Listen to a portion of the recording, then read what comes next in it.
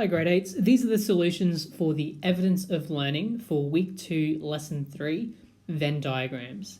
Now looking at our first question here, in a class 5 pupils like only orange juice, 6 like only apple juice, and 7 like both drinks.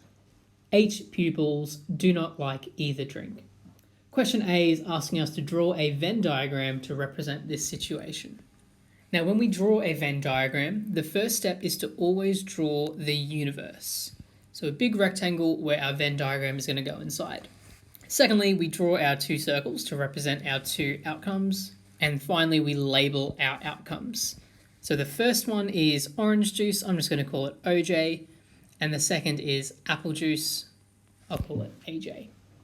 Okay, now we look at our information. So the first bit of information from this question is that 5 pupils like orange juice only. So in our orange juice bubble here, we're going to write 5 towards the left. We're not going to write it in the middle yet because students in that middle section also like apple juice. The next bit of information here is that 6 like only apple juice. So 6 is going to go in our apple juice circle. And finally 7 like both drinks. So the 7 is going to go in the middle here where our 2 circles overlap. 8 pupils do not like either drink. So our 8 is going to go on the outside. It's not in either of those circles, but it is still in our universe inside that box. Okay, so that's A, we've drawn our Venn diagram. B, how many pupils are there in the class? Now to show our working out for B, we use the letter N to represent the total number of students. So N equals the total pupils. And to work that out, we just have to add up our orange, our both, our apple, and also the 8 on the outside who don't like either. And when we add those all together, we end up with 26. So back up at our Venn diagram here, we're going to write N equals 26, just underneath our universe, but not actually inside the box. So that's how we do question B. A was our Venn diagram. B is the number of students we have in total. Okay, question C. What is the probability that a pupil picked at random from the class likes orange juice? Now, like we did in our previous lesson, when we're trying to work out the probability of something, we need to use our probability formula. So the probability of an event is the number of favorable outcomes divided by the total number of outcomes. Okay, so that's our formula. And for this question specifically, we're looking for the probability of a student liking orange juice. The number of favorable outcomes is the number of students in total who like orange juice. So let's have a look back at our Venn diagram. Now, when we're looking at how many students liked orange juice, we have the 5 who like orange juice, but we also have the 7 in the middle here who also like orange juice as well as apple juice. So we need to remember to include that 7 in the middle as well as the 5. So the total number of students who like orange juice is actually 12, 5 plus that 7. So when we write our probability, we'll be writing 12 over 26. Now with this probability here, we can simplify that even further. And the way we simplify is by dividing the top and bottom by the same number.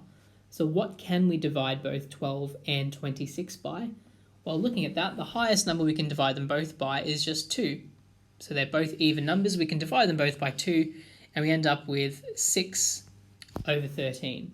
Now, 6 over 13 is a fraction, but we want that as a percentage. So the way that we convert from a fraction to a percentage is if we divide our fraction first to reach a decimal. And when we divide 6 by 13, we end up with 0.4615. And finally, to convert that decimal into a percentage, we just have to times it by 100. And we end up with 46.15%. So therefore, the probability of liking orange is 46.15%. And that's the answer for C. Now looking at question D, what is the probability that a pupil picked at random from the class does not like apple juice? So once again, we use our formula. I'm not going to write the original formula again, but we do need to write the probability of not liking apple juice. And remember, the probability of something not happening is with an apostrophe. So the probability of apple not happening is, again, the number of favorable outcomes, so the number of students who don't like apple juice, divide by the total number of outcomes. And we already know that the total number of students is 26, so we can fill that in. And now looking back at our Venn diagram, how many students do not like apple juice? Well, we have 5 students here who are not in that apple juice circle at all, but we also have these 8 who are outside both circles. So the total number of students who don't like apple juice are 5 and 8, so 13 students in total do not like apple juice. So we come back down here. Our top number, our favourable outcomes will be 13 students. Once again, we need to simplify this fraction, and we can simplify that by dividing both of them by 13. And very simply, we just end up with a half. When we divide 1 by 2, we end up with 0.5, and converting that to a percentage by timesing by 100, we end up with 50%. When we do our therefore sentence, therefore, the probability of not liking apple juice is 50%.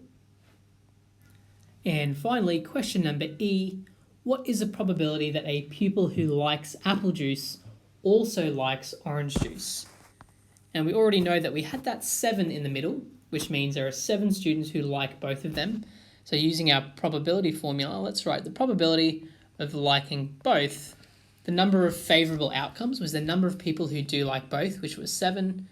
And we divide that by the total number of outcomes, which was 26. So our formula is 7 over 26. We can't simplify any further because 7 is a prime number and not a factor of 26. So when we divide that into a decimal, we end up with 0.2692.